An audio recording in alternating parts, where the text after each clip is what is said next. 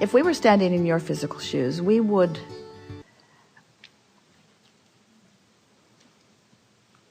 decide to be lazy.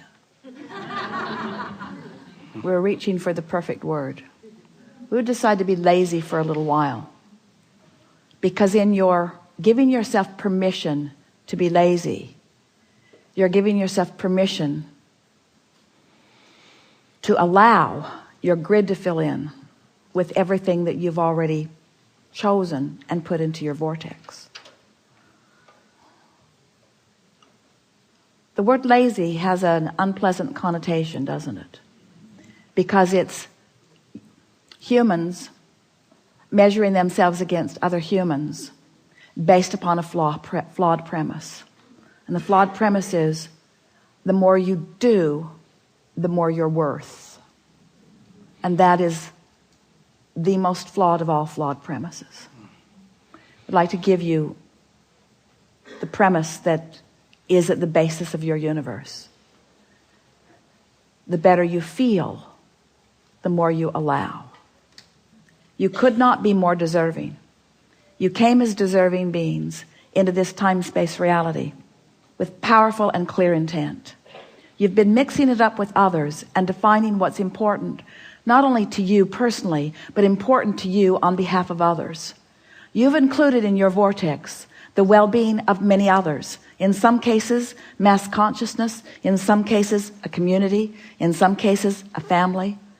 But you've included in your vortex a desire for the well-being of far more than your personal self. But it is necessary for you to tend to the well-being of your personal self in order to be a productive advocate for the well-being for anyone else. In other words, you cannot give, or you cannot extend, or you cannot punctuate, or you cannot accentuate, you cannot assist anything that you are not already feeling. Which means, if you are wanting in an altruistic way to be of advantage to everyone you know, you first have got to find a way to be of advantage to yourself. Which means you want to carve out more time to be nicer to yourself. More private time. More time under the bridge. More time where others are not telling you what to do. More time when you are satisfying your own personal intention for things. If we were standing in your physical shoes and someone were to ask you to do something, we would stop in the middle of the request and we would evaluate it completely, and we would say to them, I sincerely desire to accomplish this request that you are offering, and it is my expectation that I will be able to do that since I am in this relationship with you and you are requesting it of me, employer or mate or parent or child or whoever it is. It is my expectation that I will be able to accomplish this. I just have to insert one thing in the foreground of this request. I will accomplish it for you as long as I can first accomplish ease for myself in the process.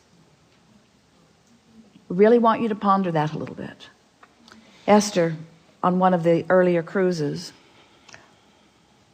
made sure that everyone received an easy button from Staples. Everyone got one. And Esther found a box of them in the attic the other day, and she spread them all around her house because she wants to amplify the ease of things, not the hardness.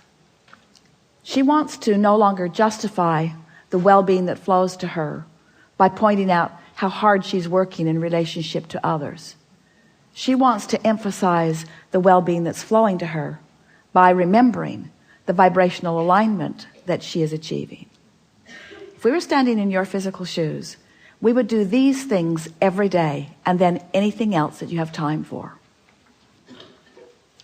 We would meditate for 15 minutes every day, which means we would quiet our mind with the simple intention of allowing our cork to float.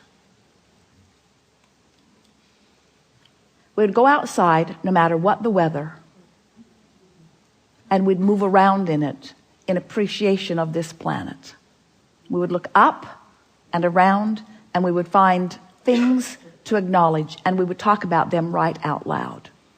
Esther walks through her gardens and says to everything, you are my favorite. You are my favorite.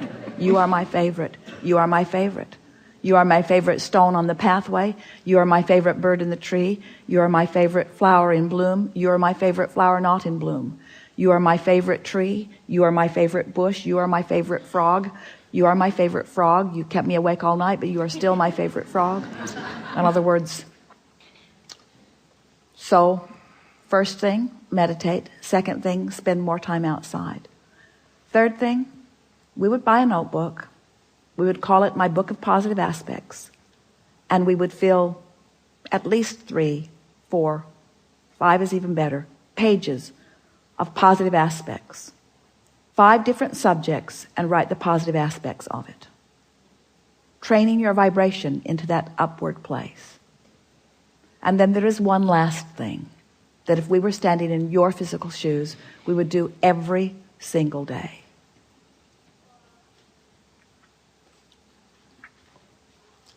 We would look upward and outward. It's best if you do it outside or standing at a window. And we would acknowledge that there are universal forces that are focused right at you. We would acknowledge by calling it by name, if you have a name that you like. And we would say, I acknowledge that I am the object of your positive attention, and I'm appreciating your continual gaze on behalf of my well-being. And today, no matter where I am, no matter where I am going, no matter what I am doing, and no matter who I am doing it with, I will be in conscious awareness that you too are there with me, appreciating me, supporting me, assisting me, acknowledging me, inspiring me, guiding me, having fun with me, acknowledging me, supporting me, assisting me, inspiring me, helping me, guiding me, aware of me, loving me, showing me, inspiring me, guiding me, helping me, uplifting me, showing me. Get into an endless loop of that acknowledgement and watch what begins to happen in your life as soon as this day. Your vortex is filled to the brim with specific requests that you have put there and that you are deserving of the realization of. And it's time for those realizations to be flooding into your experience at a rate that will astonish those who surround you. It's time for you to remember what you've put there and to bring it forward active into your today experience.